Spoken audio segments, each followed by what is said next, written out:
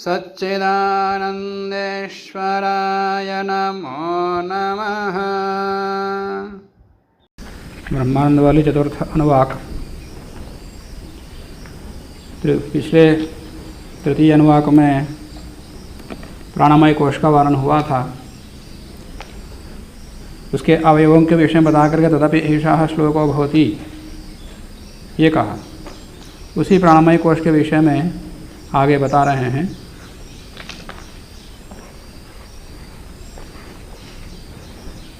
प्राणमय कोश के वर्णन में मनोमय कोश के वर्णन में अवयवों के रूप में ये जो ऋक् साम अथर्व का वर्ण आया, यजु से किस वृत्ति को लेंगे?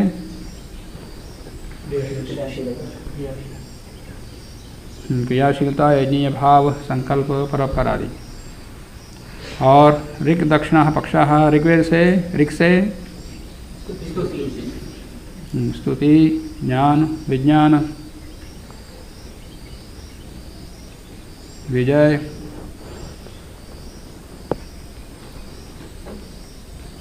प्राण। और सामवेद से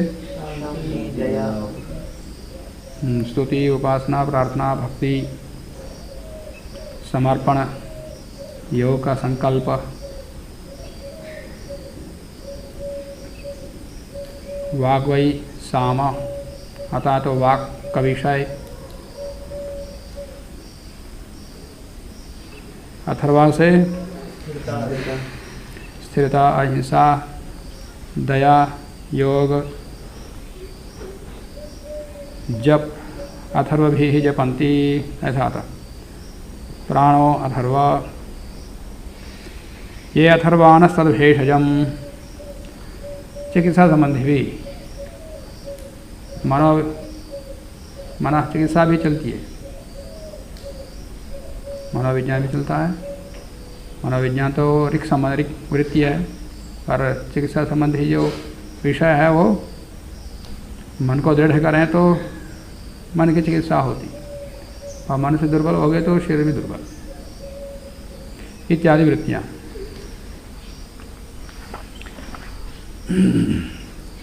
आगे ये तो वाचः निवर्तन्ते अप्राप्यम मनसा सह। इंद्रियां ब्रह्म को प्राप्त करने के लिए दौड़ पड़ती, चल पड़ती या प्रयत्न करती, तो मनसा सह यतो वाचः अप्राप्यम निवर्तन्ते।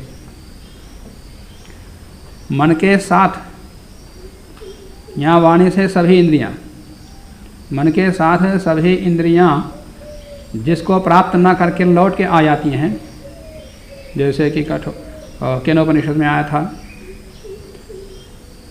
तो यथा जहाँ से मनसा सह अप्राप्यम वाचः निवर्तन्ते, वाणियाँ या वाणी आदि इंद्रियाँ जहाँ से लौट के आती हैं, ऐसे ब्रह्म को आनंदम ब्रह्मणः विद्वान, ऐसे आनंदमय ब्रह्म को जानने वाला विद्वान न विभेति कदाचनेति, कभी भी वो मृत्यु के भय से नहीं डरता।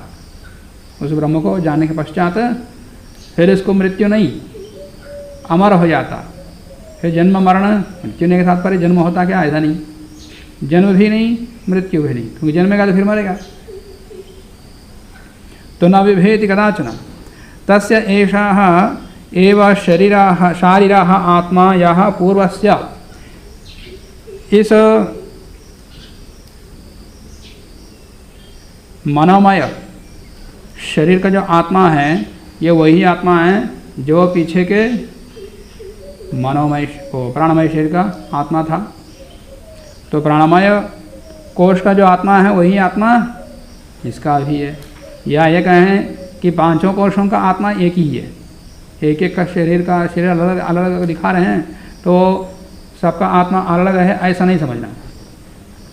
सबका आत्मा एक ही है, एक ही आत्मा का भिन्न भिन्न कोश है। तस्माद्वा एतस्मात् मनोमयाद अन्यः अंतरः आत्मा विज्ञानमयः। इस मनोमय कोश के अंदर और एक सूक्ष्म कोश है जिसको कहते हैं विज्ञानमय कोश, उसके अंदर रहता। तो ये कोश एक के ऊपर एक है ऐसा कहने का मतलब ये नहीं समझना जैसे कोई उदाहरण दृष्टांत दिया कि पत्ता गोभी है, प्याज है, ऐसा ही ये कोई गोल गोल गोल कोई कोश रहते हो, ऐसा नहीं। एक एक खोलते जाओ फिर दूसरा कोश आता है, ऐसा नहीं। स्थूल से सूक्ष्म, इसका अभिप्राय ये सारे कोश पूरे शरीर में व्याप्त भी नहीं है, आना उस प्रकार का कोई गोल गोल कोई आकृति है। ये अन्नमय कोश स्थूल है, उससे सूक्ष्म प्राणमय कोश है, उससे ज़्यादा सूक्ष्म मनोमय कोश, मनोमय कोश से ज़्यादा सूक्ष्म विज्ञानमय कोश है। और सूक्ष्म के ऊपर आधारित स्थूल होता, उसका मतलब यही है।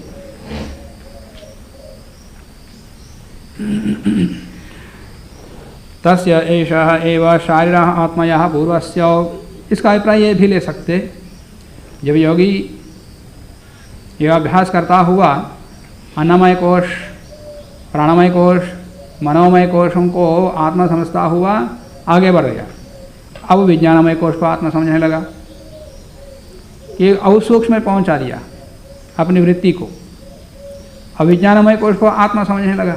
विज्ञानमय कोश में क्या क्या आता है? अहंकार और बुद्धि। और पीछे मनोमय कोश में मन और ज्ञानेंद्रियों की शक्तियाँ, और प्राणमय कोश में सब प्रकार के प्राण और कर्मेंद्रियों की शक्तियाँ।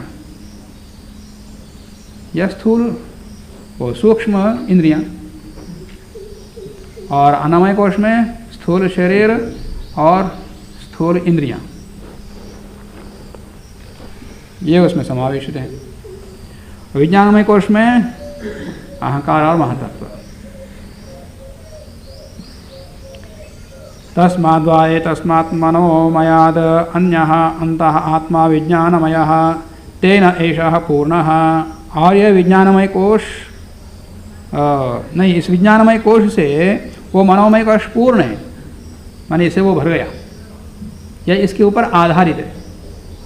जैसे भरा मतलब यह कि वो गोल है, बड़ा है, उससे छोटा मतलब ये पूरा भर गया हुआ व्यापक है, ऐसा नहीं।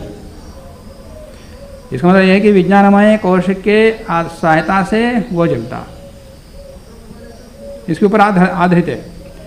कौन? मनोमय कोश। सा वा एषः पुरुष विधा एवं, ये जो विज्ञानमय कोश है ये भी पुरुष जैसा ही है, ये भी अपने आप में पूर्ण है, एक पुरुष जैसा कार्य में, न कि आकृति में। तस्या पुरुष विधताम अन्वयम पुरुष विधा, इसकी पुरुष विधता मनोमय कोश की जैसा ही है, जैसे वो पुरुष विध था ये भी पुरुष विधि उसी प्रकार का है। तस्या श्रद्धा एव शिरः, तो इसका शिर कौन सा है विज्ञानमय कोश का? श्रद्धा। श्रद्धा माने सत्य को जानना, इसको बोलते श्रद्धा। श्रत माने सत्य, धा माने धारण करना। श्रत सत्यम दधाति इति श्रद्धा धीयते, श्रत सत्यम धीयते इति श्रद्धा। जिससे सत्य को जान करके धारण किया जाता है उसको श्रद्धा कहते। ये नहीं कि जिसको चाहे वो अज्ञानवश मान लिया वो श्रद्धा, वो नहीं। और विज्ञानमय कोश में महतत्व बुद्धि और अहंकार है। तो महतत्व के अंदर ही वृत्तियाँ बनती सारी की सारी, और उसका शिर श्रद्धा ही है, सत्य को जानना ही है, यही उसका प्रधान वृत्ति है। ऋतम दक्षिणः पक्षः सत्यम उत्तरः पक्षः, उसकी वृत्तियों में दूसरे स्तर पर कौन सी वृत्ति है? ऋत। और तीसरे स्थान पर सत्य। और ऋत और सत्य में क्या अंतर है? ऋत शाश्वत सत्य है जो कभी उसमें परिवर्तन नहीं होता। सत्य सत्य होता हुआ भी परिवर्तनशील हो रहता, परिवर्तन हो सकता है। जैसे उदाहरण बताऊं कि दोनों के बीच में मित्रता होनी चाहिए, ये कहा। दो लोगों के बीच में मित्रता होनी चाहिए, या सबके बीच में मित्रता होनी चाहिए, ये रीत है। चैत्र और मैत्र के बीच में बड़ी अच्छी गाढ़ मित्रता है, गाढ़ी मित्रता है, और ये सत्य है। वो जब तक रहते तब तक है। वो चैत्र मैत्र के बीच में अच्छी मित्रता थी, ये बात कब तक कह सकते जब तक वो जीवित हैं, उसके बाद भी नहीं रहता ना। भूतकाल में कह सकते वो मित्रता थी, मित्रता है, ये बात नहीं कह सकते। पूर्व में सूर्य का उदय होता, ये रीत है। ये पेड़ है ना, घास का ढेर, उसके ऊपर से सूर्य का उदय होता, और ये सत्य है, झूठ भी नहीं है, सत्य है। घास का ढेर कल बाद में दूसरी जगह दिया तो वहाँ सूर्योदय नहीं होता, और पूर्व दिशा में सूर्य का उदय होता है, ये रीत है। जो शाश्वत सत्य है, जो सदा ही तीनों ही कालों में सब देशों में जो घटित होता है, वह है रीत। और जो परिस्थितियों के कारण से कहा जाता है, उसको सत्य कहते हैं। तो इस प्रकार की जो वृत्तियां हैं, उसके दायां बायां पक्ष हैं। और उसका आत्मा धड़ कौन सा है? योगा, योग आत्मा है। मनोमय कोश में योग को नहीं कहा। विज्ञानमय कोश जहाँ पर मस्तिष्क है वहीं पर योग कहा। इसका मतलब क्या है?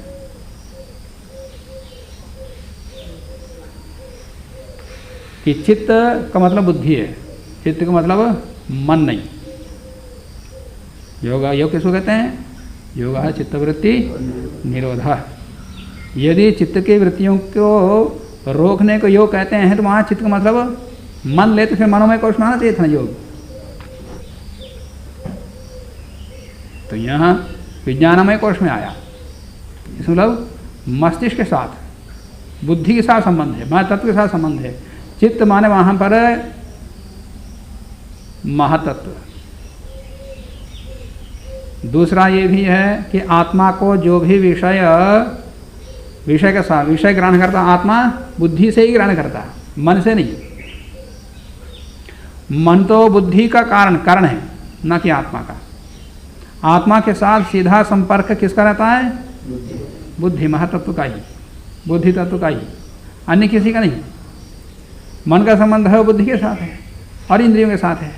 इंद्रिय का संबंध है केवल मन के साथ है, बुद्धि के साथ भी नहीं है, आत्मा के साथ भी नहीं है। तो बाह्य विषयों का जो ग्रहण होता है इंद्रियों के माध्यम से ग्रहण होता, फिर वो मन को देते, अब मन मस्तिष्क को, अब मस्तिष्क समृद्ध बुद्धि, और बुद्धि आत्मा को। तो जो वृत्तियाँ बन करके वहाँ अंत में, वहाँ बुद्धि में वृत्तियाँ बनती, और वो वृत्ति का परिणाम आत्मा पर पहुँचता है।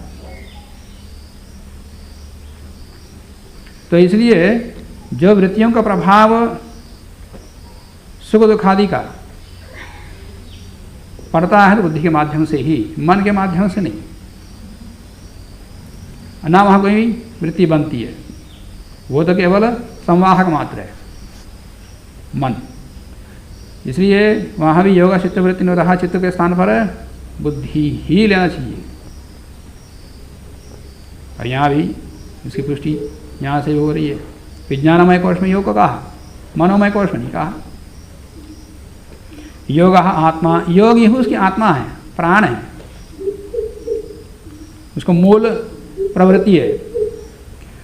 महापुच्छम, जो उसका महातत्व है बुद्धि का, बस वही उसका मूल प्रतिष्ठा है, मूल आधार है। महापुच्छम प्रतिष्ठा तदपि एषः श्लोको भवति। इस विज्ञानमय कोश को कहने के लिए और एक श्लोक है, हम उसको आगे बताएंगे पंचम अनुवाक में। अलम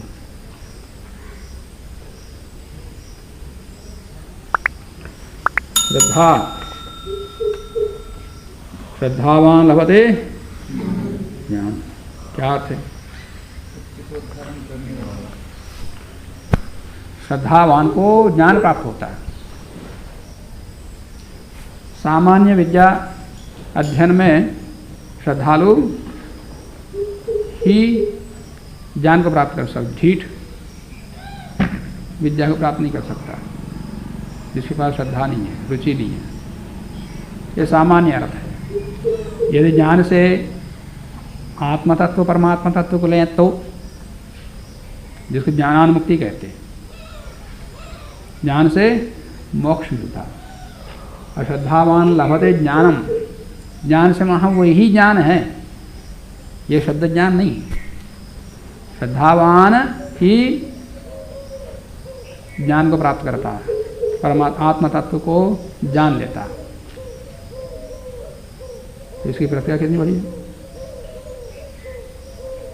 बीच में क्या क्या करी है? श्रद्धा और ज्ञान के बीच में हाँ, श्रद्धा वीर्य स्मृति समाधि प्रज्ञा पूरका इतरेषाम, योग दर्शन में सूत्र है। इतरेषाम माने उपाय प्रत्यानाम। योगियों में भव प्रत्यय वाले कुछ योगी होते हैं, कुछ उपाय प्रत्यय वाले होते हैं। उपाय प्रत्यय वाले योगियों को सीधा असंप्रज्ञा समाधि की सिद्धि कैसे होती, उसकी प्रक्रिया बताया। उसमें श्रद्धा सबसे पहले बता दिया। श्रद्धा से वीर्य, श्रद्धा वीर्य माने सामर्थ्य, शक्ति, फिर स्मृति, स्मृति माने योग अवस्था में, ध्यान अवस्था में, समाधि अवस्था में जिन विषयों का जाना, उनको याद रखना, फिर आगे बढ़ना। ये स्मृति, फिर समाधि और फिर प्रज्ञा। अंत में जाकर के फिर प्रज्ञा की उत्पत्ति होती, ज्ञान की उत्पत्ति होती। प्रक्रिया वह है, श्रद्धावान लभते ज्ञानम।